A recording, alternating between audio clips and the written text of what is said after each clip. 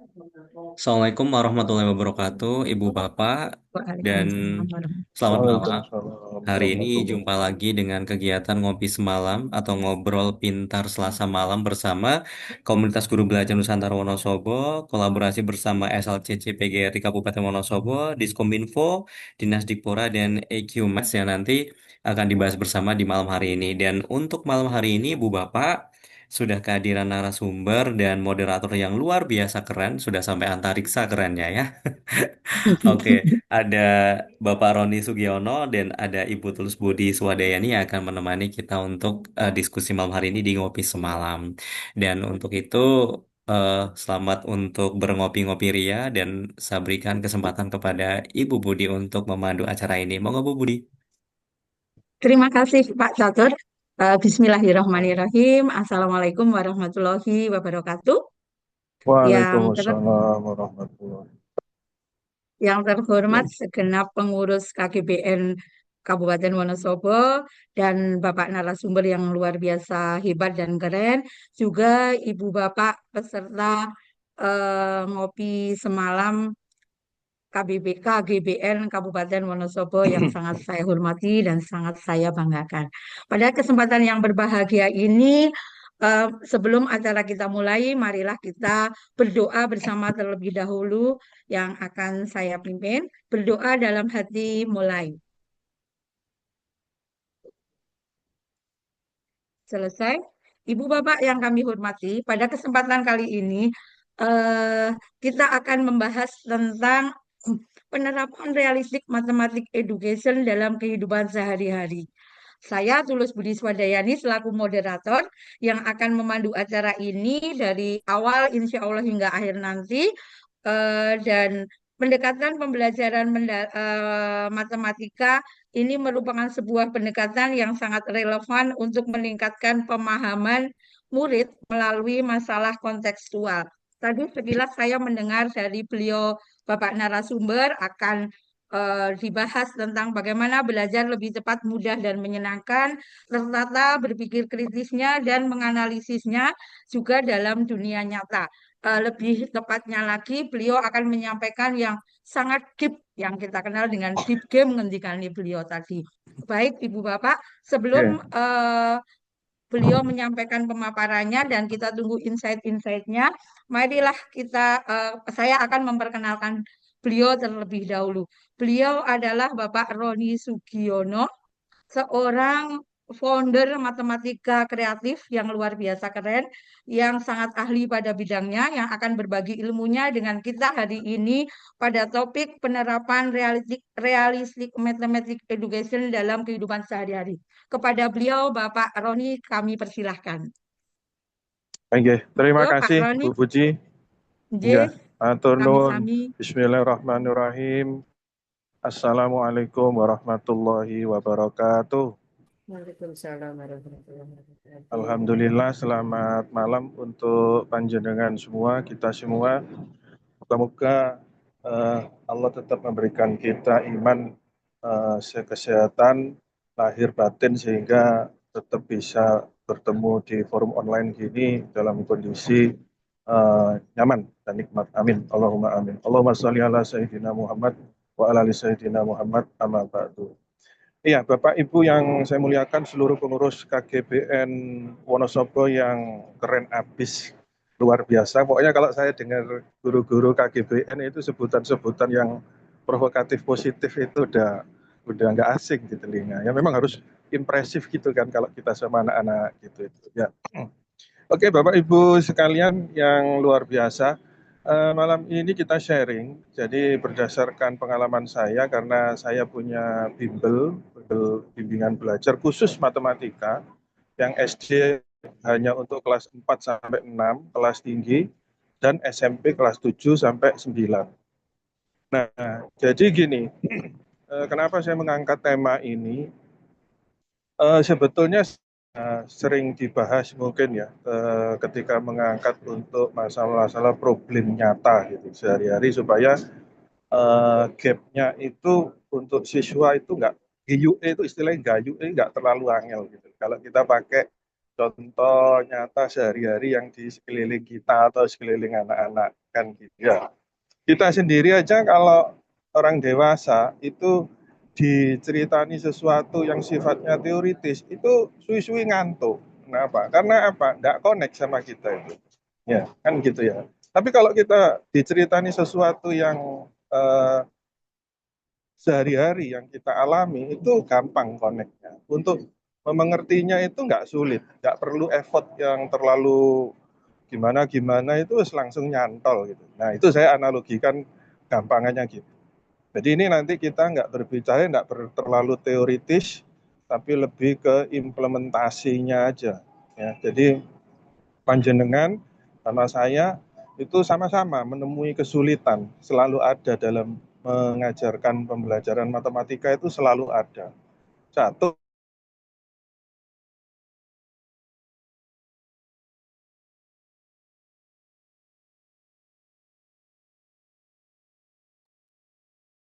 Sepertinya Pak Roni agak nge-freeze Bu Budi karena kondisinya di kereta api. nah, jadi sama. Jadi kita pengalaman mengajar itu insya Allah sama, hanya saya di ruang kelas yang lebih kecil. Well, kalau panjenengan malah kompleks, siswanya ada 30 atau bahkan 10 lebih, variannya jauh lebih lebih banyak. Itu tantangannya Masya Allah luar biasa. Ya. Nah ini kita nanti sharing apa namanya tentang RME, Realistic Mathematics Education. Ya, Bapak Ibu, RME itu dikembangkan oleh seorang Belanda, berkebangsaan Belanda namanya Hans Freudenthal. Ya, jadi sampai akhirnya beliau membuat eh, perguruan tinggi namanya Freudenthal Institute. Ya, Eh, latar belakang sejarahnya begitu. Jadi beliau itu punya definisi mathematics is a human activity. Jadi yang namanya matematika itu sakjane ya wis sesuai dengan aktivitas kita ini hidup sehari-hari gitu. Matematika itu daily life mathematics itu istilahnya begitu. Makanya bisa dibuka mulai ininya Pak Felix slide-nya. Sebentar ya Pak, saya Oke. sebutkan slide-nya. Jadi berangkatnya ini nanti saya ambil kasusnya langsung pecahan desimal persen. Jadi eh, seringnya saya buat kurikulum untuk di bimbel saya itu berangkatnya ya wis dari hal yang gampang-gampang, yang simpel-simpel. Pokoknya yang penting arek ngerti. Matematika dekat dengan kehidupan nyata, bukan sekedar angka di kertas ya. Walaupun kita tidak bisa menafikan angka itu juga penting. Sekarang kalau kita ngomong yang konseptual-konseptual, yang abstrak, tapi terus kemudian perkalian sama pembagian dasar aja gak hafal ya jadi jadi masalah serius kan gitu. Jadi itu angka itu ya penting, tapi jangan sampai terus ekstrim sampai apa namanya pokoknya matematika itu udah pinter ngitung, nggak juga, keliru malah substansinya nggak kena. Belajar matematika kan substansinya harus belajar tentang logical thinking, analytical thinking, problem solving, kan begitu, pola, ya. Jadi segala angka ya penting. Terus kemudian ini yang matematika dekat kehidupan ya penting gitu loh. Jadi semuanya penting, tidak ada yang tidak penting. Ya, oke, monggo lanjut Pak Felix. Nah, nanti untuk kenapa pecahan desimal persen, nah ini RME itu Realistic Mathematics Education. Ya, jadi sebentar saya besarkan. Kalau untuk prinsip utamanya, nah itu istilah-istilah ya. Itu saya nanti nggak terlalu terjebak pada istilah supaya nggak menghafalkannya itu susah. Nah, yang penting pokoknya paham, mengerti. Kontekstualisasi maksudnya kita ambil contoh ketika mengajar itu misalnya bilangan rasional, bilangan bulat. Coba kita searching, kita explore kira-kira apa ya yang bisa dipakai yang kejadian akhir-akhir ini yang sering didengar di berita atau sering jadi pembicaraan, nah itu kita tarik ke sana. Namanya kontekstualisasi itu sesuai dengan konteks kekinian, ya. Mulai dari karena itu sering didengar oleh anak, oleh kita, oleh guru, misalkan tentang gaji DPR yang super melonjak tunjangan. Nah itu bisa dipakai untuk pembelajaran yang viral-viral begitu. Sehingga karena sering dengar, sering lihat berita atau mungkin sering tahu itu, jadi untuk mengkoneksikannya itu nggak terlalu sulit. Ya. Itu konteks. Pokoknya apapun, panjenengan nanti explore aja. Pokoknya yang kira-kira eh, apa yang sering di akhir-akhir ini yang sering terjadi gitu aja. Itu namanya konteks.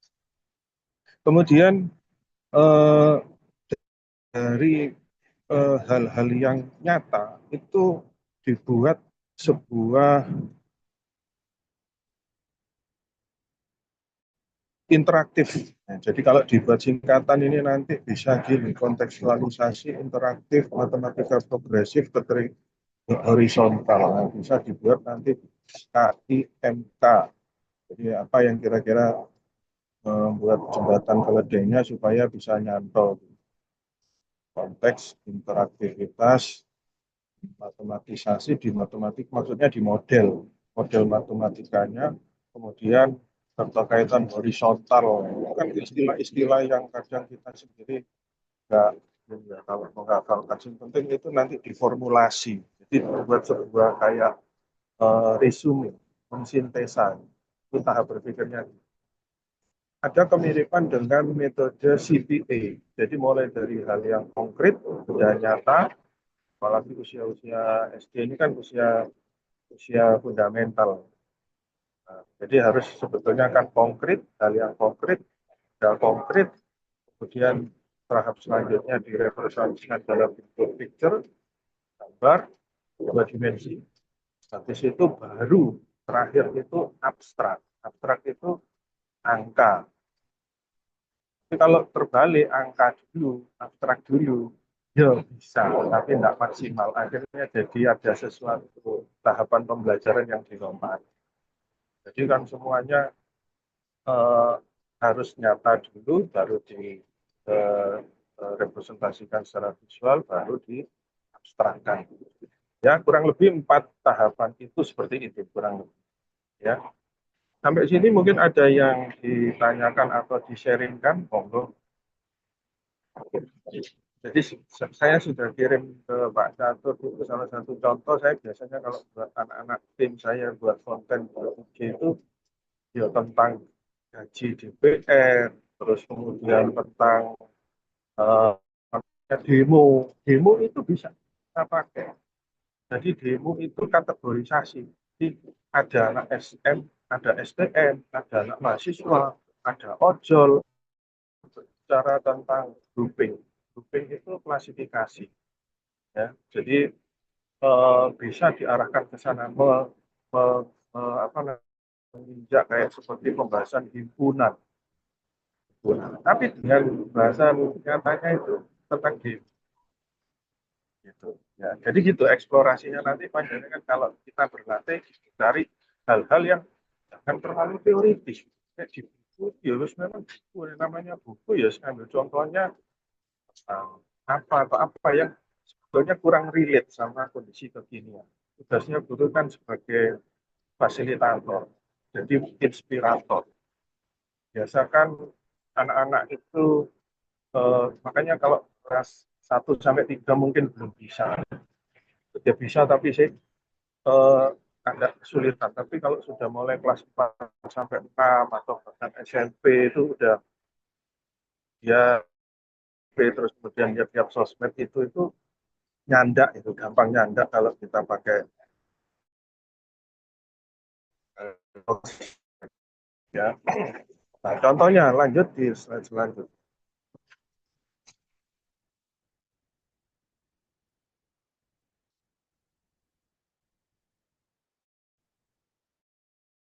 Tahapan mengajar ya ada 3 fase. Jadi tadi tetap kontekstualisasi, ya, kontekstualisasi, terus kemudian modeling, di transisi menjadi sebuah bentuk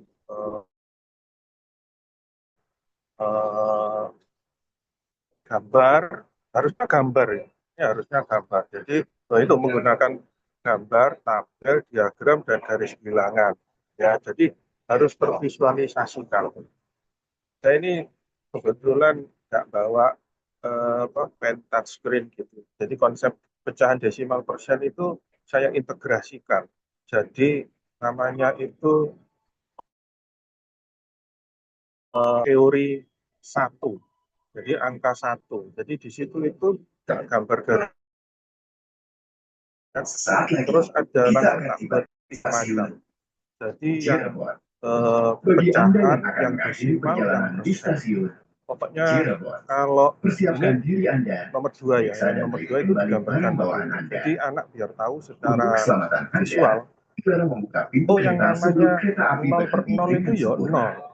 Terus 1 itu bisa 2 per 2, bisa 4 per 4, 5 per 5. Terus tengah-tengahnya itu separuh. Setengah itu nanti bisa 2 per 4, bisa 8 per 16. Terus kemudian saya turunkan bawahnya, itu kan desimal. Berarti desimal itu nanti ini. Jadi kalau 1 tadi 1,0. Kalau setengah berarti 0,5. Yang 0 bawahnya 0, ya 0,0. Kemudian yang persennya, itu yang bawahnya 0, 0%. Terus bawahnya separuh, 50%. Yang di bawahnya Selamat malam, tadi kami 4 per 4, hormati 5 per 5, informasikan atau untuk 1 akses itu pintu keluar 100%. stasiun Jadi Cirebon berada di nanti sisi sebelah kanan dari arah kedatangan kereta. Persiapan stasiun Cirebon. Jadi anak biar tervisualisasi, kita menggambarkan kalau pecahan misalkan. Pokoknya kalau pecahan yang pembilangnya itu lebih kecil daripada penyebut, itu pasti terletak antara 0 dan 1. Ini konsep dulu kita tanamkan.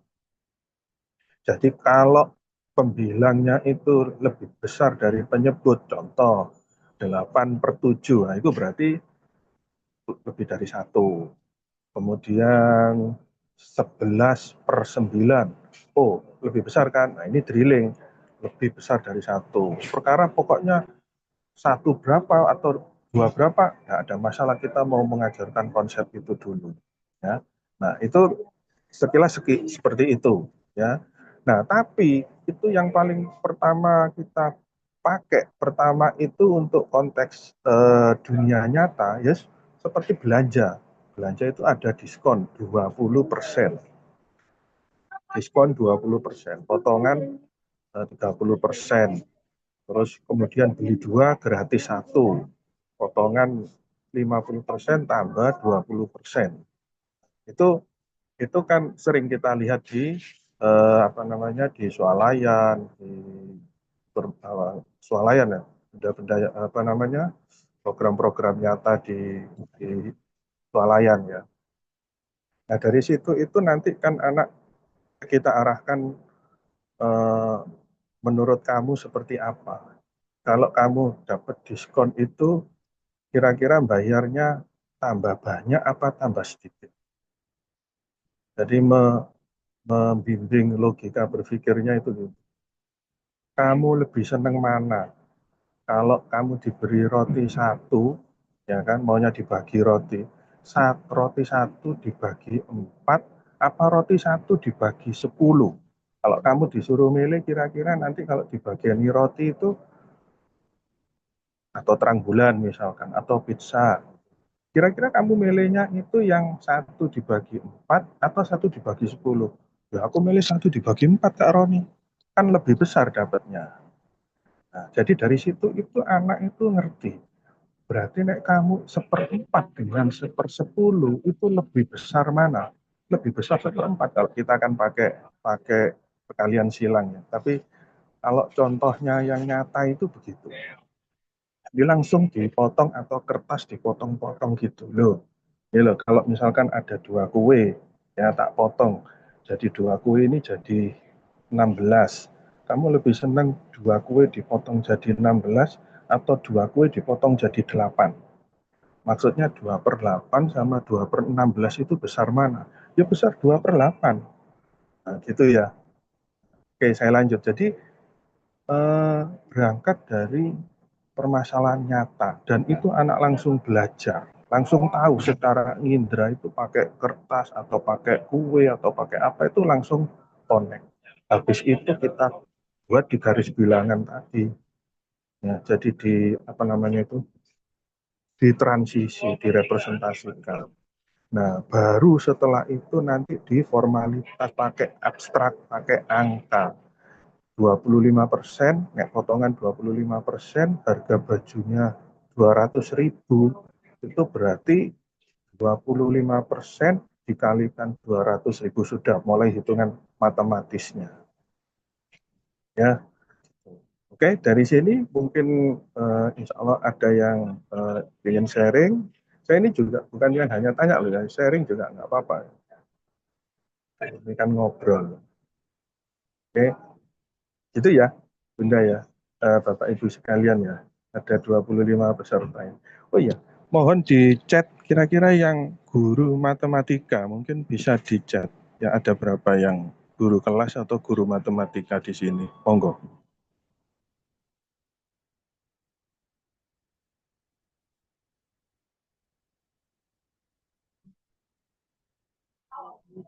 Tidak ada. Iya. Ya wis tidak apa-apa. Oke, lanjut ya. Jadi tahapan mengajarnya itu gitu. Pokoknya syukur-syukur terbiasa cari sesuatu yang sebetulnya gini, Bapak Ibu guru. Semakin kita itu tidak terlalu cari-cari sesuatu yang sulit atau yang pokoknya yang di sekitar kita yang indera itu bisa jadi inspirasi asal kita itu kreatif atau pinter mengeksplorasi gitu.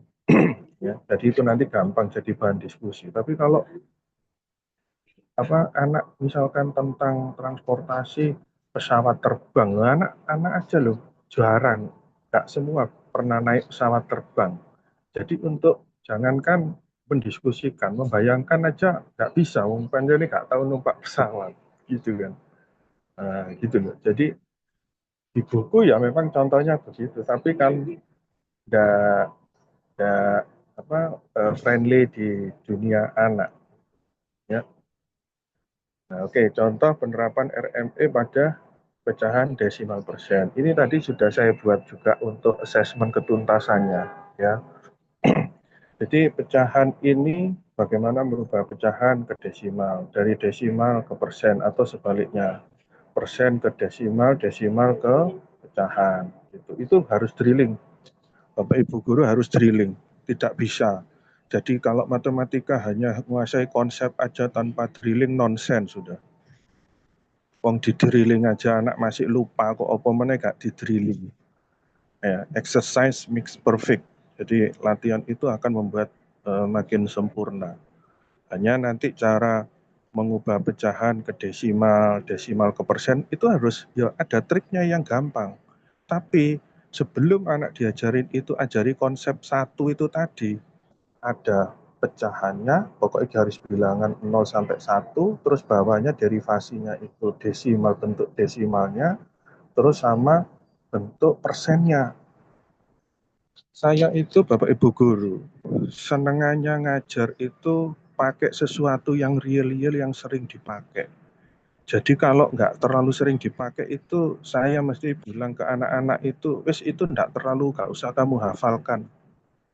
Contohnya apa? Kayak seperti konversi panjang, kilometer, hektometer, dekameter, meter, desimeter, sentimeter, milimeter, ya kan? Anak itu memang bisa disuruh garap 2,71 kilometer ditambah 752 hektometer dikurangi 0,051 desimeter sama dengan titik-titik operasi hitung konversi panjang. Ya, itu buat latihan. Ada caranya, mungkin misalkan yang biasa kan pakai tangga, ya. Tapi ada cara yang lebih mudah, pakai tabel, yang pakai angka 0, 0 seperti ya.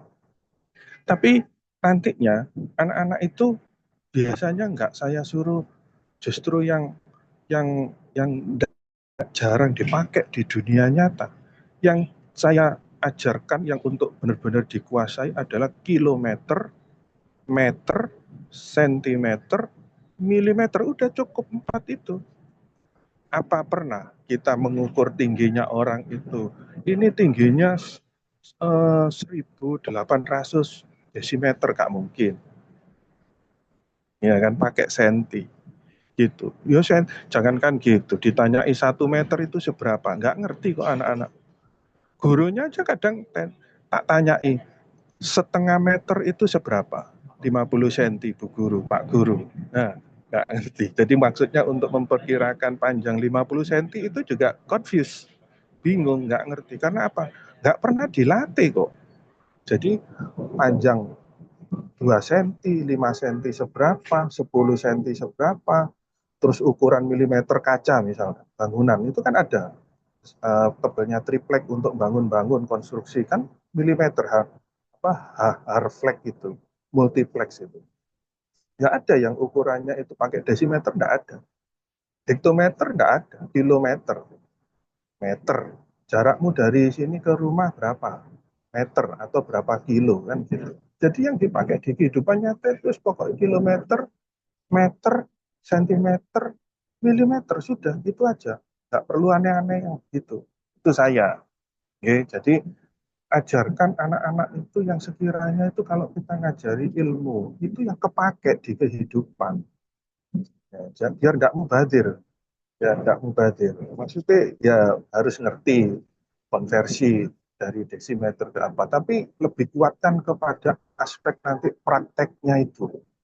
Kira-kira kalau kamu misalkan ya, kan kamu ngerti 1 meter itu seberapa langkahnya. Ya, coba kamu 1 meter. Nah, sekarang gini, kamu berdiri sama Kak Roni di sini, terus kemudian di situ itu kan ada sekat. Kira-kira menurut prediksimu itu kira-kira dari sini kita berdiri sampai sana itu berapa meter? Nah, itu yang penting, karena itu nanti kepake di dunia nyata ini. Ukur sesuatu dengan ubin. Ubin itu ada yang 20 cm, ada yang 30 cm, ada yang 40 cm, ada 60, ada bahkan 80. Jadi dibiasakan dengan hal-hal yang sifatnya memang ada di dunia nyata. Ubin ukuran itu ya ada. Meteran, sentimeter untuk mengukur panjang apa tingginya orang itu ya ada. Gitu. Jadi jangan sampai gapnya itu fokusnya cuma hanya untuk ujian. Ya, seperti ujiannya bagus tapi prakteknya nggak ngerti. Ya, gitu. Terus kemudian volume. Volume itu ya nggak ada kilometer kubik itu ya barang dipakai kan. Paling meter kubik kalau tandon atau tandon bawah, tandon atas meter kubik nggak ada. Sorry, meter kubik atau desimeter kubik liter. Pakainya itu. Atau mililiter, mili. Gelas aqua atau klub itu. Satu gelas 220 mili, 250 mili. Ya, ini termasuk bagaimana kita nanti melatih skill anak itu terhadap hal-hal yang sifatnya praktek, ya, mengukur. Kira-kira kalau menurut kamu ini botol segini ini kira-kira berapa mililiter atau berapa liter? Ya diajari, harus tahu. Jadi harus tahu satu gelas, misalnya satu gelas aqua yang biasanya gelasan itu kan ada gelas, ada yang tanggung, botolnya ada yang besar 1,5 liter. Misalnya gini nih, kan apa ini? Teh pucuk harum. Jadi teh pucuk, jadi apa namanya? Tunjukkan. Jadi benda-benda yang misalkan ini 600 mili, biasanya yang air mineral gelas tanggung itu. Terus ada yang botol kecil. Jadi dia ngukurnya itu nanti kalau dalam RME itu tidak perlu rumus. Rumus itu tidak perlu, bahkan juga harus dihafalkan itu tidak, karena kita tidak bermainnya di konteks untuk mengerjakan soal ujian, enggak. Kita ini, oh kira-kira berarti satu botol itu kalau diisi itu penuhnya itu 4 gelas Roni. Nah, 4 gelas. 4 gelas. Jadi ukuran gelasnya tahu sendiri, terus kemudian sama dia diukur. Nah, perkiraan-perkiraan itulah yang harus nanti dilatih praktek. Ya, paham ya? Ini jadi konteks nyata itu ya harus macam-macam lah Bapak Ibu ya, bisa bisa dicari kalau di ChatGPT, panjenengan nanti kita ChatGPT kira-kira untuk berikan saya permasalahan di kehidupan nyata sehari-hari yang bisa saya gunakan untuk sebagai contoh kasus nyata dalam pembelajaran Realistic Mathematics Education RME untuk tema bidang datar atau statistik atau jarak kecepatan waktu. Itu langsung muncul, buatkan 10 contoh atau 20 contoh bisa. Tapi terus kemudian panjenengan seleksi ya, yang kira-kira itu yang relate sama kira-kira dunia anak. Tapi kalau yang nggak relate, ya nggak usah. Oke, oke lanjut konteksnya.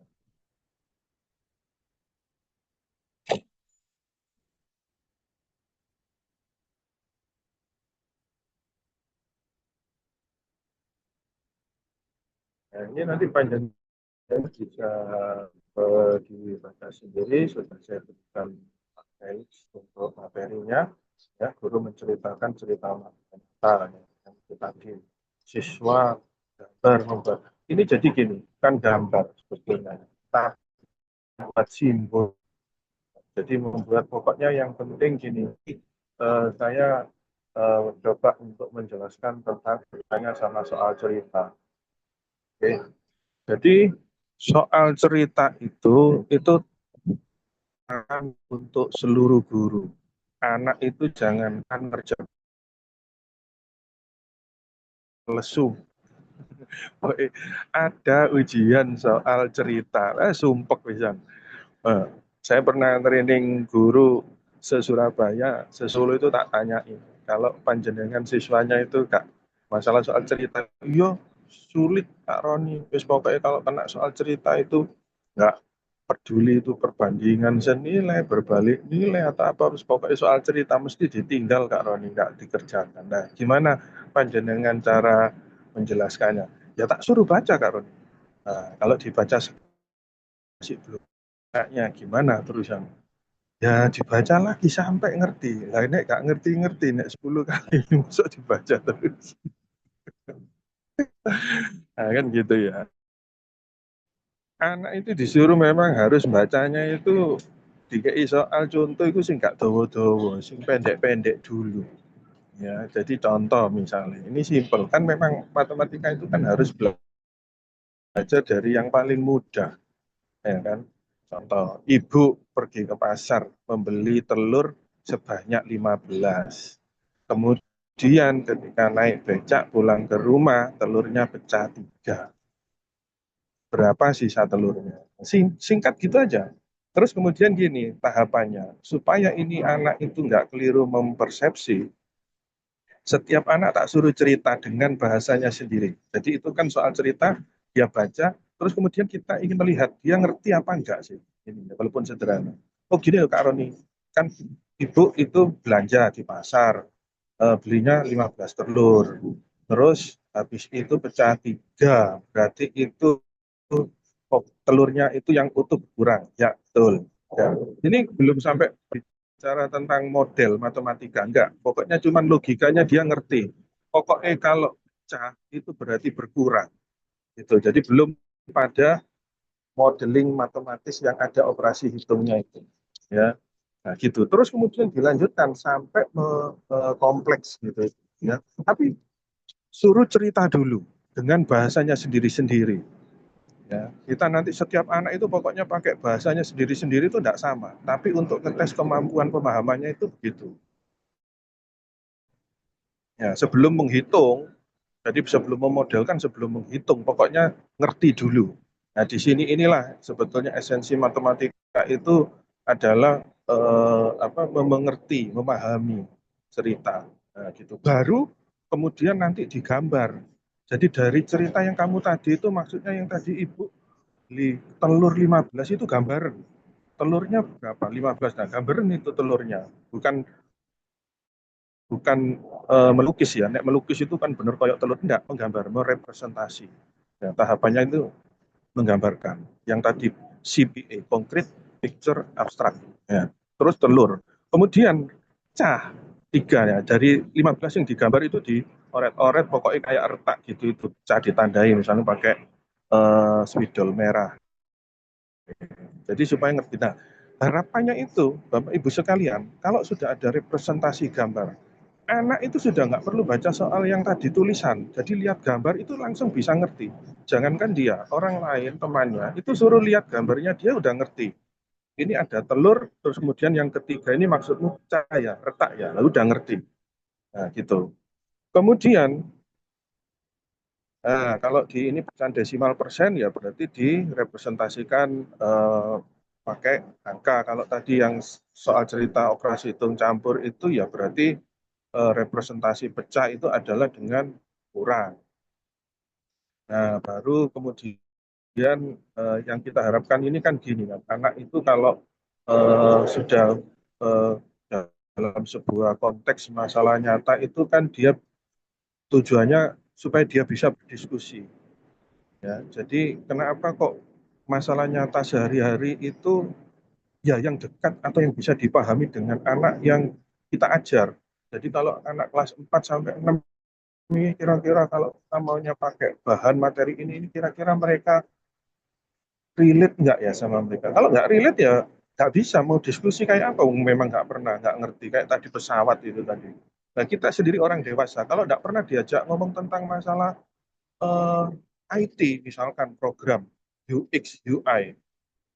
UX, UI itu artinya nggak ngerti, apalagi disuruh diskusikan ya tambah pemane, babar belas.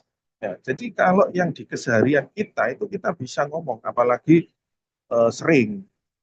Nah, harapannya itu supaya bisa didiskusikan itu, ya, dipresentasikan. Nah, baru nanti guru jangan kesusu tadi kasih rumus, tapi membimbing supaya anak itu bisa apa itu dalam 6C dengan pokoknya mensintesan, konklusikan, ya. Oke, ya, oke. Itu jadi langkah-langkah konkretnya. Setiap misalkan panjenengan mau mengajarkan tentang volume, nah, volume itu misalkan eh, beli es krim mixui, nah, mixui, nah, gitu itu kan relate itu mereka pasti kalau karena pernah beli volume. Kalau kamu gini-gini di issue sama keluargamu beli sekian terus bayarnya apa gitu itu. Nah, nanti dari situ itu suruh gambar.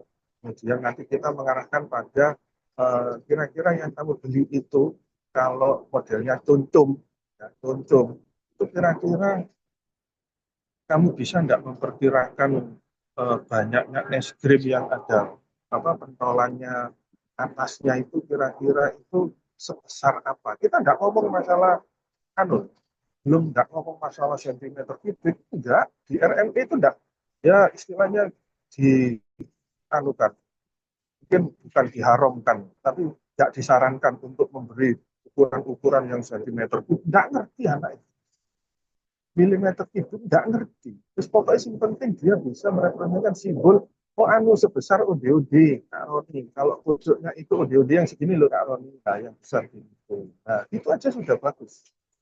Nah, kalau terus kemudian kan itu sampai bawah, kira-kira ODOD-nya yang atas kan memang jadi satu, tapi kan makin ke bawah makin pucuk kan berarti es krimnya kan makin sedikit. Menurut kamu perkiraannya itu dari yang pentol seperti onde-onde itu kira-kira berkurang separuhnya atau seberapanya gitu. Ya, jadi mengarahkan logika berpikir anak itu tanpa dilibatkan dengan hal-hal yang sifatnya itu rumus satuan itu tidak ada di RMP, itu tidak disarankan, sangat tidak disarankan, ya. Nah, jadi eh, jangan mudah terjebak ketika mengajari dengan RME itu doktrin. Terus pokoknya kalau sentimeter kubik itu atau milimeter tidak bisa. Itu namanya tidak apa itu kesuwen Kak Roni kalau kita pembelajarannya pertemuannya lah ini beda lagi nih kesuwen. Gitu. Kita orientasinya ini kejar kejar ya atau cepet-cepetan wis pokok hilang tuntas gitu. Ya ada peluang dan risiko. Terus kemudian pecahan juga gitu. Pecahan saya hanya memperkenalkan pecahan itu sepertiga, seperdua, seperempat, pol seperlima. Nggak pernah seperenam, sepertujuh, seperdelapan, sepersebelas. Nggak pernah. Karena itu nggak jarang dipakai di kenyataan. Oh, kalau beli itu separuh aja. Oh, sepertiga aja itu masih bisa. Anak kalau misalkan kalau ini diminum Kak Roni segini ini kira-kira habisnya kalau pecahan berapa ya? Seperberapa? Mau masuk sampai detail kelihatannya 3/10 Kak Roni ya, Kak mungkin. Pasti approximately-nya itu perkiraannya itu mesti pakai enggak seperempat atau separuh atau misalkan dia seperlima, oh berarti seperlima itu segini kira-kira kalau segitu itu ya masih ada sisa 3/5 Kak Roni. Nah gitu aja kan. Ya, ini namanya sekali lagi realistic mathematics education. Ajarkan anak-anak jangan yang terlalu aneh. 2/15, 3/17. Itu tidak RMT banget. Ya, jadi gitu. Tapi kalau pelajaran Kak Roni kan dia juga harus ngerti, oh iya tetap diajarkan. Tapi kalau di dunia nyata itu jarang ada. Ya kan? Nah, itu ya. Jadi persen, persen. Contoh persen. Persen itu berapa? 5%, 10%, 20%, umum itu. 15% aja jarang. Kita yang harus 5%, 10%, mungkin zakat 2,5%. Tuh. Oke. Terus kemudian 50%, 75%, udah 100%. Nah, kalau nanti ngajarin yang lebih dari 100%, itu berarti pecahannya namanya pecahan campuran. Berarti apa?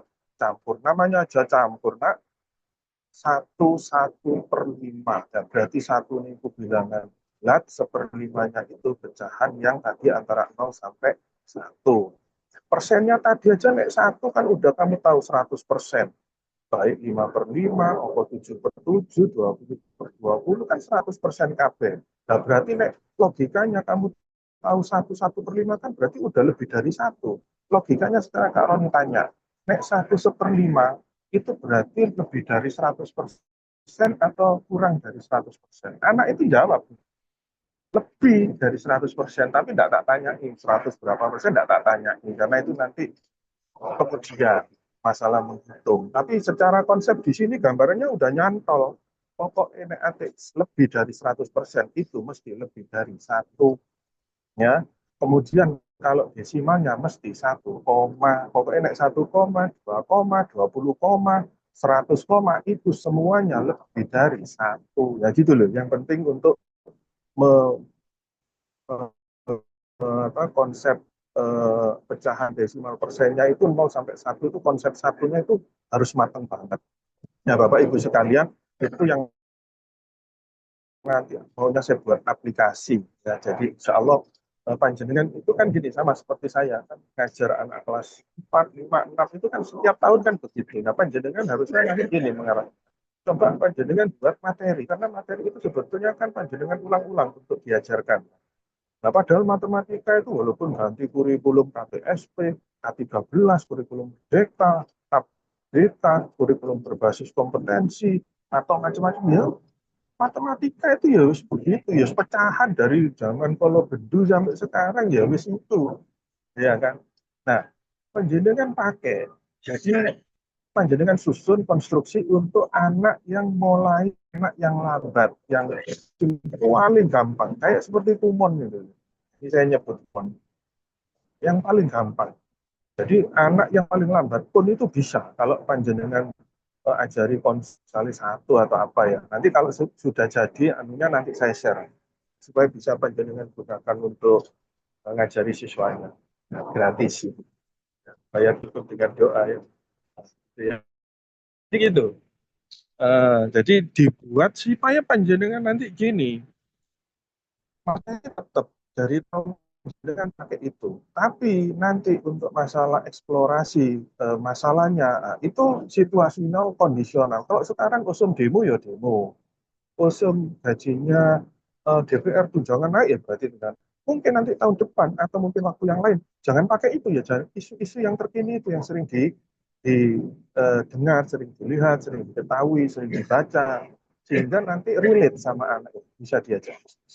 Ya, ya, jadi sebetulnya enak kalau guru matematika itu pokoknya gawe pisan, digawe berulang-ulang, kan gitu. Jadi nanti contoh soal cerita atau AKM numerasi atau HOTS, ya bisa tanya ChatGPT lagi. Oke, ya, oke, lanjut. Percepat aja supaya nanti nggak terlalu. Jadi insya Allah sudah nangkep kok apa yang saya maksudkan, ya. Yang sudah saya apa namanya, delivery kan. Lanjut. Ya. Bapak Ibu sekalian, jadi gini, pendekatan di burning, kalau panjenengan pernah ikut, saya ikut berkali-kali yang namanya PMM itu ikut, ya Bapak mendalam itu ikut berkali-kali. Tapi platformnya ya pokoknya 3 prinsip itu. Mindful, meaningful, joyful. Ya. Jadi, kalau kita nyoba buat sesuatu yang terus kemudian apa namanya memenuhi kriteria itu mungkin agak susah mencarinya. Wes yang penting pokoknya apa yang diseneng aja yang dibedah menjadi nanti ini harus meaningfulnya di mana, harus mindfulnya di mana, harus joyfulnya di mana. Contoh misalkan anak itu kan dimanapun, jangankan anak, Bapak Ibu sekalian, sing gede itu loh, dewasa itu jenenge game itu seneng, ya kan? Di kereta gitu ada yang main game gitu, itu kan berarti algoritma game itu membuat jangankan anak, orang tua, orang dewasa itu ya seneng. Model level, model apa itu ya seneng. Nah, kalau ada istilah deep learning, yang namanya game itu bukan hanya sekedar deep learning, bukan hanya sekedar mindful, meaningful, joyful, terus pokoknya yang penting nagih. Anak kalau sudah megang game, itu sudah lupa waktu, lupa sholat, lupa makan, lupa mandi, diceluk gak kerungu, dipanggil gak, saking fokusnya, saking deep banget itu.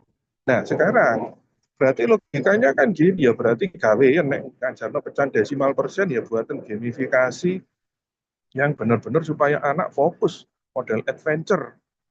Ya kan challenge-nya level di konteks dibentukkan dalam bentuk kayak adventure gitu itu. Sehingga anak itu kalau sudah pegang aplikasi atau main gamifikasi pecahan desimal persen itu kayak duduk belajar. Terus kayak game gini ini, jadi angka-angka setengah atau apa itu nanti akan masuk dengan sendirinya. Nggak perlu dia yang terus main gini. Nanti supaya seneng kalau nanti bisa melewati sebuah perjalanan, misalnya melewati jurang, tuh ya permainan kan gitu. Nanti diberi rewardnya itu dalam bentuk apa yang bisa dipakai untuk senjata, apa gitu. Ya itu lebih anak itu lebih fokus belajarnya gitu, wis dhewe mandiri, gak ada dikongkon, gak ada disuruh, gak ada dikongkon ngapalno, bisa menceritakan gitu. Seperti gini loh, analoginya kalau kita lihat bioskop 2 jam, kita lihat bioskop itu nawaitunya ketika lihat bioskop ada enggak di awal itu, aku tak ngapal noy, kita apal no jenenge ini, terus kemudian yang main ini alurnya kayak gini tak apal no terus, ya sih itu gak nonton bioskop gak bisa menikmati, gitu kan.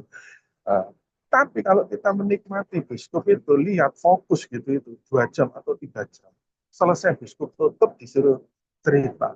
Tadi apa aja yang kamu lihat, ceritakan. Bisa cerita, walaupun tidak sekuensial, tidak urut. Tapi nangkep semua, apa yang tadi dilihat itu nangkep semua. Nah, proses kayak gitu belajar. Nah, jadi nggak perlu teoritis, itu cukup kalau nggak meaningful, kalau nggak mindful, nggak joyful, nggak mungkin metenteng 2-3 jam itu terus kemudian bisa cerita, nggak mungkin. Ya itulah, jadi belajar itu bisa kayak lihat diskusi. Belajar itu harus bisa kayak deep banget, bukan hanya deep, tapi deep kayak mainan game. Ya. Oke, oke, ya. Jadi gitu ya, Bapak Ibu sekalian ya. Tadi panjenengan inspirasinya dari kelas ini eh, buat buat nanti saya beri contoh. Nanti insya Allah saya sama grup KGBM Wonosobo ini insya Allah senang kok, banyak yang senang berbagi. Jadi saya nanti tak share-share gitu, bisa bisa ditiru, bisa di ATM, bisa dimodifikasi, bisa ditiru plug ya nggak apa-apa, bisa. Itu ya, intinya bisa. Makanya saya punya tantangan bagaimana belajar 4 tahun SD ya, itu bisa selesai dalam waktu 6 minggu tuntas, mulai dari konsep dasar, mulai dari yang konkret, mulai dari yang apa namanya, misalkan jumlahan, dan perkalian itu adalah penjumlahan berulang, pengurangan dasar, terus pembagian itu pengurangan berulang. Insya Allah anak paham. Ya, sampai ke tingkat nanti drilling konsepnya, drilling menyelesaikan soalnya, drilling untuk menjawab soal-soal cerita, pakai logika berpikir, pakai apa namanya, tahap berpikir logis ya, memodelkan matematika, sampai selesai tahu ngerti terapannya. 1 meter itu berapa sakpiro, terus kemudian setengah liter itu seberapa, 1/4 liter itu ngerti, setengah kilo ya berarti di berat itu harus diajarkan juga kilogram, terus gram, ons, terus sudah miligram. Miligram itu karena ada yang kayak seperti emas itu kan gram atau gram, dipakai yang umum-umum aja lah. Jadi yang sesuai dengan kehidupan nyata yang dipakai, nggak usah yang apa hektogram, desigram, ini ada ukuran desigram gitu, gitu loh. Oke, gitu ya. Jadi insya Allah nanti harapannya anak 6 minggu, 6 minggu itu berarti kira 6 kali 7 hari, 42 hari.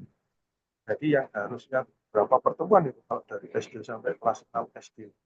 Selesai ketika itu 42 hari dia belajar pakai alat bantu tools. Ya, jadi ada kalkulator pecahan itu ada. Kalau kita mengajarkan campuran atau namakan penyebut, tapi tidak usah terlalu sampai angka besar. Nah, angkanya misal, ini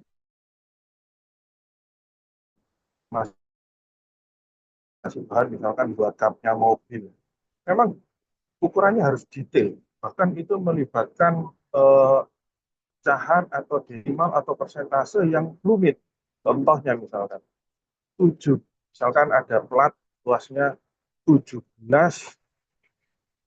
17, maksudnya bilangan bulatnya 17, 20 per 2145 dikurangi 8, 123 per 571. Coba itu kalau dijumlahkan atau dikurangkan, apa gak nyenyek? Gimana maunya menyamakan penyebut sudah angka yang ribuan atau puluhan ribu? Gimana? Ya enggak usah ya pakai kalkulator pecahan. Profesor guru besar matematika ya gak bisa. Darab gitu. Udah kalkulator pecahan itu berapapun bisa. Kemudian caranya gimana? Langsung diklik gitu ada caranya. Breakdown untuk apa, rincian atau uraiannya caranya itu ada. Tapi tidak perlu kita yang garap, emang otaknya jangan dipakai untuk garap yang sifatnya apa namanya, pekerjaan kuli. Contoh misalnya begitu perkalian. Kalau yang di luar-luar sana kan butuh cepat. Ya, 25.671 dikalikan 40.848 berapa? Ya ngapain?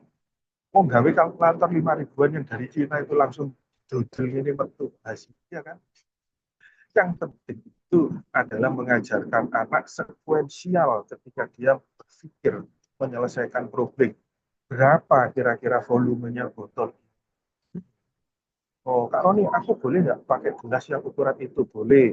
aku boleh nggak pakai misalkan alat tetes yang aku tahu itu kalau satu tetes. Jadi gitu, realistic mathematics education itu tidak dibatasi oleh rumus, bukan dibatasi oleh satuan, bukan. Tapi di sini itu adalah ketika problem solving. Loh, taruh nih, kalau temanku pakai gelas, ada yang pakai tetes, aku boleh nggak pakai ceduk? Ceduk. Ya, boleh. Nanti dia membahasakannya itu pokoknya isinya, karena ceduknya kan besar. Berarti ini kalau tak isi, Kak Roni, penuhnya itu seperempat ceduk atau separuh ceduk. Itu aja sudah bagus. Ya, gitu. Nah, yang tadi pakai, apalagi yang pakai tetes. Loh, tetesnya itu gimana Kak Roni ngukurnya? Loh ya jangan diukur pakai milimeter. Anak nggak ngerti. Terus pokoknya diambil, dicerotkan gini. Berarti ini bisa penuh Kak Roni, kira-kira bisa 200 cerutan. Cerutan. Nah, jadi ukuran satuannya itu kecerutan, bukan sentimeter. Nah, itu realistic mathematics education. Ya, itu yang lebih ke dunia nyata. Kalau gizi itu ya paling 3 rit. Kita nggak ngomongnya 3 rit. 3 rit itu berarti satu rit tangki. Yang kita ngomongnya 3 rit, bukan ngomong 3.000 liter. Enggak, enggak. Gitu loh. Makanya tadi Hans Denzel itu ngomong, mathematics is a human's activity. Nah, itu ya. Jadi gini supaya punya pencerahan baru di matematika itu selalu yang sifatnya yang formal-formal, yang yang kemudian teoritikal itu ya. Jadi harus coba keluar dari zona nyaman, pakai pendekatan-pendekatan gini. Lebih membebaskan untuk anak punya satuan-satuan sendiri. 3 kecerutan, 3 cebok, terus kemudian apa namanya, 3 gayung, berapa apa, pokoknya satuan macam-macam. Ya, oke. Lanjut, ini konklusinya apa yang terakhir? Sudah jam 8:30 lebih. Nah, asesmennya nanti saya bagi, gitu. Jadi apa namanya nanti memang harus praktek. Memang jadi anak itu siswa itu harus praktek, Bapak Ibu sekalian. Jadi sebelum dia ngerti apa namanya ukuran-ukuran mililiter atau apa itu gak usah diperkenalkan itu dulu. Yang penting pokoknya dia ngerti, oh satu gelas ini segini kalau dimasukkan ke botol besar itu kira-kira berapa gelas. Ya. Terus kemudian nanti kan sudah ada kayak gelas aqua 220. Nah, pokoknya kamu titeni ya, nek satu gelas itu 220 mili. Mili itu seberapa? Wis gak usah, pokoknya kamu ngerti 220 mili itu segelas aqua yang segini ini. Lebih-lebih sedikit, kurang-kurang dikit ya nggak apa-apa. Gitu. Jadi itu adalah kita kepingin dia mengkonversikan sebuah volume botol itu dengan ukuran yang dia punya, maunya gelas gelas aqua, maunya gelas yang seperti gelas apa namanya yang untuk haji itu loh, yang kecil cucing itu loh. Nah, itu boleh pakai gitu. Yang penting konstruksi berpikirnya itu logis. Misalkan, oh tadi ini pokoknya sampai penuh itu anu Kak Ron udah tak masukin semua tak hitung, pokoknya gelasnya tadi 27, habis itu aku ngambil satu lagi tak masukkan nggak sampai habis gelasnya, itu sudah penuh, terus tak lihat sisanya itu ada pokoknya sekitar setengahnya, berarti gitu itu udah cukup. Jadi berarti volume botol itu adalah 27,5 cucing yang dipakai itu realistik. Ya. Nah, gitu. Nanti ya tetaplah mengarah pada mililiter. Kalau kamu minum obat itu kan 1 sendok 5 mililiter, apa 5 cc ya, mililiter ya itu segitu itu. Jadi tetap diajarin, ya tetap diajarin. Tapi yang nggak usah yang aneh-aneh, sekalian yang sing dibuat untuk minum obat, terus kemudian cc, terus kemudian apa namanya liter. Gitu. Liter aja jarang kita pakai desimeter kubik itu jarang. Nggak ada yang ngerti. Meter kubik masih ada karena andon, ya kan. Liter, meter kubik. Oke, ini nanti sudah saya beri Jadi soalnya nanti panjenengan bisa lihat sendiri, tapi tadi sudah saya buatkan untuk asesmennya. Jadi cara mengukur ketuntasan anak ini itu pecahan desimal persen dengan model RME itu kira-kira ukurnya itu perkiraannya itu melenceng jauh, presisi atau melenceng dekat gitu itu bisa ya. Nah, kadang kita itu gini juga salah kaprah ya. Jadi gini, bulatkan 1510 ke puluhan terdekat, ke ratusan terdekat. Ya, rada aneh ini dulu saya kalau belajar ke Prof. Siti Amin, Ketua P4MRI, Perhimpunan Matematika Realistik Indonesia Jawa Timur, Prof. Siti Amin, Guru Besar UNESA. Ya. Lah apa Kak Roni wong 1510 kok dibulat no maneh? Iku lah wis bulat jenenge bilangan bulat. Iya, udah bilangan bulat jadi nggak perlu dibulatkan lagi. Wong 1510 kan bilangan bulat positif. Ya yang perlu dibulatkan itu misalkan 1510,8. Itu kan berarti pecahan. 8 per 10 kan. Nah itu berarti bisa dibulatkan ke atas atau dibulatkan ke bawah. Jadi kata-kata pembulatan itu ya merujuk ya harus selain bilangan bulat gitu. Kalau bilangan bulat ngapain lagi dibulatkan? Di dalam dunia nyata ya wis bulat 1500 ya 1500. 1650 ya 1650. Gitu. Ukuran lah kalau gini Kak Roni 1672. Loh ya memang ukurannya 1672 dibulatkan gimana lagi? Apa fungsinya pembulatan? Ya enggak ada. Ya wis kalau ngukur kamu bahani butuh sakmono ya presisi 1600 enggak usah dibulat-bulat no, tambah gak presisi kan gitu. Kalau koma 2,75. Kalau 0,75 berarti gede nono. Berarti harus kamu misalkan 1672,75. Ya buatan 1600 apa tadi ke atas. Jadi supaya jadi bulat. Kan tadi nggak bulat. Ya. Begitu Bapak Ibu sekalian yang bisa saya sampaikan dan bermanfaat. Monggo jika ada umpan balik untuk sharing ataupun tanya. Oke, matur nuwun Pak Felix, Bu Budi, monggo dilanjut. Assalamualaikum warahmatullahi wabarakatuh. Waalaikumsalam warahmatullahi Waalaikumsalam. wabarakatuh. Terima kasih banyak Bapak narasumber yang telah memberikan insight dan pemaparan materi yang luar biasa. Pada kesempatan kali ini dibuka sesi tanya jawab kepada Ibu Bapak peserta ngopi semalam. Dipersilakan untuk mengajukan pertanyaan. Barangkali ada yang mau ditanyakan kepada Bapak narasumber hebat kita. Monggo untuk termin pertama kita buka sesi untuk 3 penanya. Monggo dipersilakan. Barangkali itu biasanya isinya akeh loh. Barangkali.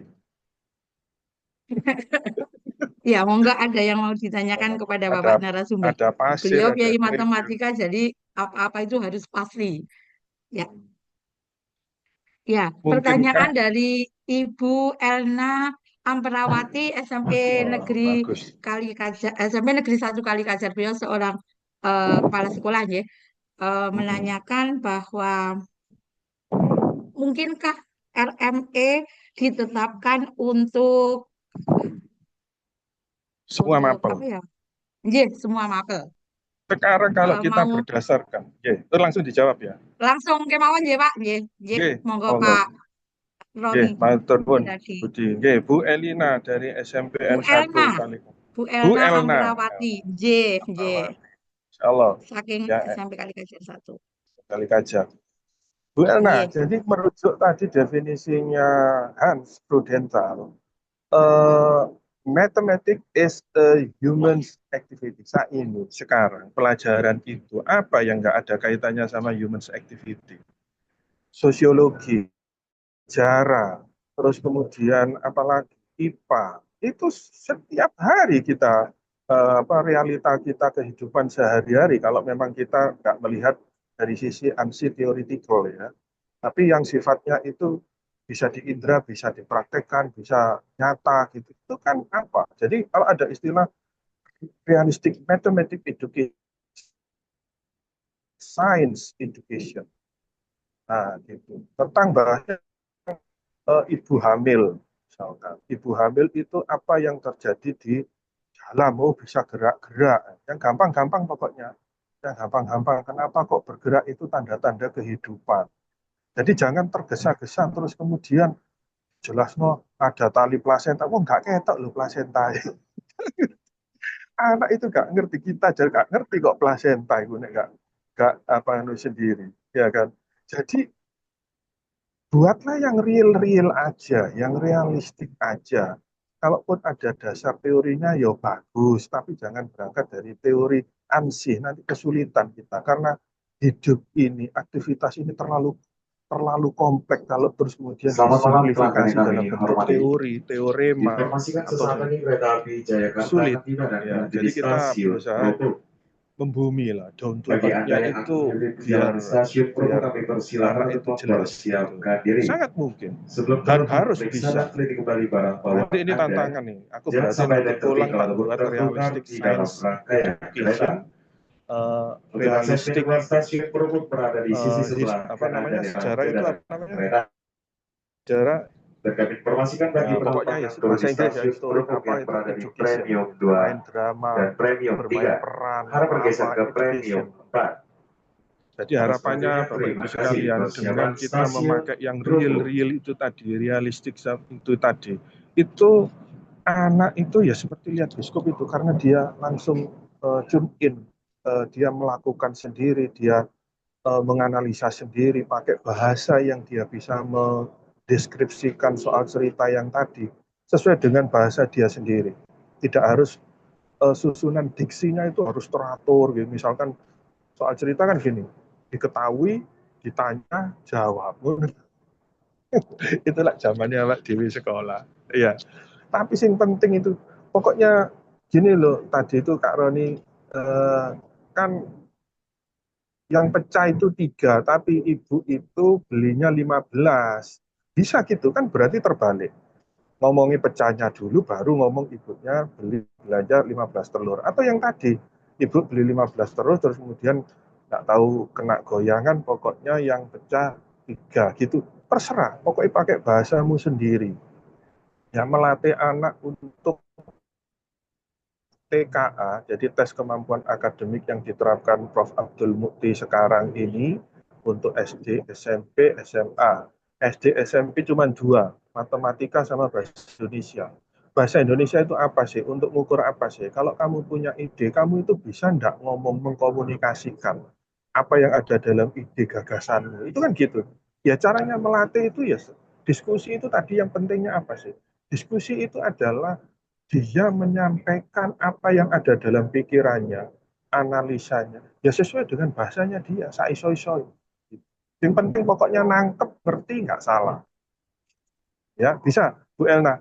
Jadi pakai realistik, titik-titik education, titik-titiknya monggo diganti dengan yang lain-lain. Ya, jadi yang penting pokoknya nanti insya Allah kalau dibuat gitu, yang namanya pendekatan deep learning akan otomatis tercapai. Coba aja lihat nanti. Kalau nanti hasil RME itu atau RHE, history atau RSE, realistic science education itu diterapkan kayak begitu yang real, itu nanti kalau anak sudah apa, contoh misalkan ya, kalau praktek itu anak begitu di bel pelajaran selesai, nggak mau berhenti, masih terus dia penasaran. Habis ngukur pakai gelas digaib ngukur pakai cebok, dia habis ngukur pakai cebok diganti tadi gaya curut-curutan pakai suntik-suntikan itu loh yang ada ukurannya, tapi enggak tak suruh belajar untuk berapa mili, enggak, pokoknya berapa kecerutan gitu. Sehingga apa, jadi anak kalau belajar enggak ngereken waktunya sudah bel tapi dijemput mamanya papanya, saya tak aku belum nyoba yang pakai suntik itu berapa gitu coba.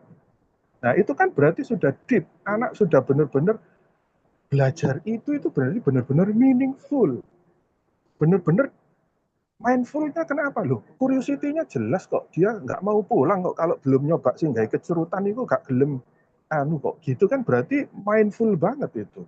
Dan dia melakukan itu dengan rasa seneng, joyful gitu. Jadi kecapek semua gitu ya. Jadi mungkin loh ini sampai ketemu dengan ya. Podo sakjane aku ya temen. Eh, Oke, Bu Hardini, saya guru bahasa Inggris namun pengennya ngajari anak. Iya, kalau misalkan anak di daerah nelayan, di daerah pantai, ya berarti setiap hari berkutat dengan masalah perahu, dengan pemakaian bahan bakar solar, dengan nimbang ikan, itu aja sudah. Jadi kalau kita ngajari sesuatu matematika yang kontekstualnya sesuai dengan profesi ayahnya atau daerah, culture situ, insya Allah tidak mubadir. Karena contoh-contohnya nggak aneh-aneh lah, masa anak nelayan dikei contoh sing tentang perkebunan. Dia nggak ngerti, buah itu nggak ngerti. Tapi nek masalah iwak, baunya itu bendino, bau iwak. Tahu caranya ayahnya nimbang itu tahu, pakai timbangan berapa yang ukurannya setengah kiloan, itu tahu. Jadi kenapa kita mengajarkan matematika tapi jasanya knowledge, jasanya untuk memenuhi kriteria untuk ujian kognitif, tapi tidak realistik gitu loh. Bahkan gapnya tinggi. Nah, anaknya nelayan di daerah nelayan ya berarti kita harus buat kurikulum yang membuat dia itu logikanya berpikir sesuai dengan background profesi orang tuanya dan daerahnya, sehingga ilmu yang dia pelajari manfaat karena realistik. Ditanyai kalau ini kamu ikannya dijual berapa kilo, ngerti dia. Tapi kalau sudah tidak sesuai dengan background atau culture-nya, ya bingung. Gitu. Ya, jadi makanya kita harus lihat realistik. Saya nanti absen. Karen sebenarnya tapi Kemudian anak. ini Pak, dari Ibu Apa? Sisilia. Cecilia, tanya Pak, Ye, gimana menghilangkan trauma bagaimana anak? menghilangkan trauma anak terhadap pelajaran matematika yang mereka rasakan sebagai pelajaran yang sulit? Ini Hmm, pertanyaan yang luar biasa keren juga selain pertanyaan dari Bu Elna tadi, Pak. ya, tadi, enggak. Bagaimana Oh, menghilangkan trauma anak terhadap pelajaran matematika yang mereka rasakan sebagai pelajaran yang sulit? Mungkin selama iya, ini betul. mereka menganggap matematika itu sulit anak-anak. Mm-mm. Nggih. Iya, memang kebanyakan Bu Sisilia. Jadi hampir semua makanya kita kemas gini. Trauma itu terjadinya nggak tiba-tiba, itu proses terakumulasi. Ya, jadi anak itu sebetulnya waktu dulu dia TK PAUD itu seneng kok bermain cerita menyanyi satu-satu, aku sayang ibu, dua-dua, membilang tapi dikontekskan dengan bentuk menyanyi itu akhirnya ceket sampai sekarang. Long term memory, ya. Jadi dia bisa saking apa dengan rasa senang, dengan enjoy, joyful, ya, mindful, terus kemudian meaningful, ceket akhirnya. Dan dia senang pakai gerak, ya, bermain, cerita, menyanyi, pakai tepuk juga. Nah, trauma juga begitu, kesenangan itu akan tersimpan di pikiran bawah sadar, tapi yang namanya nggak enak, sulit, ya, terus kemudian PR-nya banyak, ini belum bisa, terus kemudian melaju ke pembelajaran lanjutnya, tambah sumpek, tambah tidak bisa, karena materi prasyaratnya belum tuntas. Tambah belum terus-terus gitu aja, terus akhirnya jadi trauma. Pelanggan yang kami hormati, Berarti demi untuk kenyamanan menghilangkan bersama, trauma mohon supaya untuk tidak anak senang, merokok ini yang baik saya di pakai dalam kereta, Bu di toilet, Sisil. maupun di bordes. Yang namanya trik Bagi itu penumpang yang ada kedapatan fungsinya, merokok di jadi atas jangan rangkaian bilang kereta, oh gak usah akan trik kami mas, yang turunkan kalau di harus ngerti stasiun konsepnya berikutnya. jangan trik. Terima kasih. Iya betul. Dear Tapi passengers, untuk this anak-anak is a keskes yang non-smoking sudah train. takut sama You are not allowed matematika, to smoke itu anywhere sudah on the di train, otaknya including the itu di toilets or subconscious the mind-nya landings. itu udah If you pokoknya fail to nonton obey ongkoi this blendek, policy, it is pokoknya required to nonton disembark benda you at datar the itu next sumpek, station. pokoknya Thank you. nonton statistik tabel itu nggak ada weteng loro, diare, itu loh. Masa nggak boleh pakai trik gitu, ya kan? Ya pakai trik, dipakai trik dulu terus kemudian dikemas dalam bentuk permainan. Trik misalkan menghitung cepat ya dipakai tujuannya apa? Untuk merilis ketakutan-ketakutan yang tadi loh, tidak enak-enak itu loh. Contoh juga, guru juga sering gini, contoh misalnya. Ayo anak-anak, Pak Roni tanya, 4 kali 5, berapa? 30. Eh, banter salah loh, gitu. Coba. Jadi 4 kali 5 dijawab 30, langsung anak itu ingin Pak itu. Banter salah, gitu. Kira-kira anak itu kalau sudah gitu, itu berani apa enggak untuk usul, untuk ya gak berani, wong langsung cuklek. Nah, guru itu gini loh, kalau tanya, 4 kali 5 berapa? 30. Nah, 30 itu untuk 6 kali 5 atau 5 kali 6. Ya, Kak Roni tanya 4 kali 5. Berarti kebanyakan apa kesitian? Oh, kebanyakan. Oke, siapa lagi? 4 kali 5 atau 5 kali 4? Siapa? 15. Nah, 15 itu untuk 3 kali 5 atau 5 kali 3. Berarti tersedikitan atau kurang? Kurang, kesedikitan. Ya, ayo 4 kali 5 sampai atau 5 kali 4 sama aja, dibalak-balik. Ya, perkalian penjumlahan dibalak-balik sama. Ayo, siapa? 5 kali 4. 20. Yes, betul. Duh, tapi tadi yang jawab salah, 30 sama 15 nggak motong. Karena tetap betul kok tadi dibilang Kak Roni, betul untuk 5 kali 6. 15 betul untuk 5 kali 3 atau 3 kali 4. Kan gitu diapresiasi. Ya kan? Nah, jadi kalau salah itu ojo dipaido teman-teman. Jadi cari ono benernya. Ya, itulah yang membuat anak trauma. Nah, sekarang kalau sudah terlanjur trauma, ya dikasih yang gampang-gampang, trik, penghitungan, terus apa, terus pakai permainan rumah jumlahan, rumah perkalian, terus pembagian tanpa porogapit, terus kemudian cara menghafalkan rumusnya pakai apa namanya jarak kecepatan waktu itu Jokowi ya, itu. Terus kemudian menghafalkan perkalian 8 bukan pakai tabel sing 1 sampai 10, enggak, perkalian 8 itu pakai tulang ikan. Itu ada caranya. Saya banyak di IQMed saya kembangkan itu. Tujuannya ya kayak gini. Kalau nanti anak itu sudah seneng, ya kan. Jadi ojo diberi yang sulit-sulit, kasih ono yang gampang-gampang dulu. Itu terapinya gitu. Jadi saya permisi, kalau misalkan ngetes anak, itu memang saya tanyai untuk yang gampang-gampang. Jadi contoh, 1 tambah 1, 2 tambah 1. Sip. 3 tambah 0, 3. Tapi ekspresi saya memuji, itu ekspresif. Yes. 4 kali tambah 4, 8. Mantap. Terus kemudian 5 tambah 2, 7. Keren. Gitu. Jadi supaya percaya dirinya itu terangkat. Jadi sehingga nanti kalau sudah yang muda-muda dia terus bisa, oh gampang, oh aku bisa, oh aku bisa, aku bisa. Itu terjadi ratusan kali, ribuan kali, entah pakai trik sama enggak. Pokoknya terjadi ribuan kali. Yang namanya trauma itu hilang dengan sendiri. Kalau nggak percaya, buktikan. Kan saya ini ngomong harus pakai evidence base, pakai bukti. Anak yang nggak suka matematika, lihat angka itu lari. Pernah itu ada kejadian, lihat angka itu loh keluar kelas itu berarti sudah fobia. Jadi sudah tingkat bukan trauma lagi, fobia. Jadi lihat angka itu takut langsung keluar.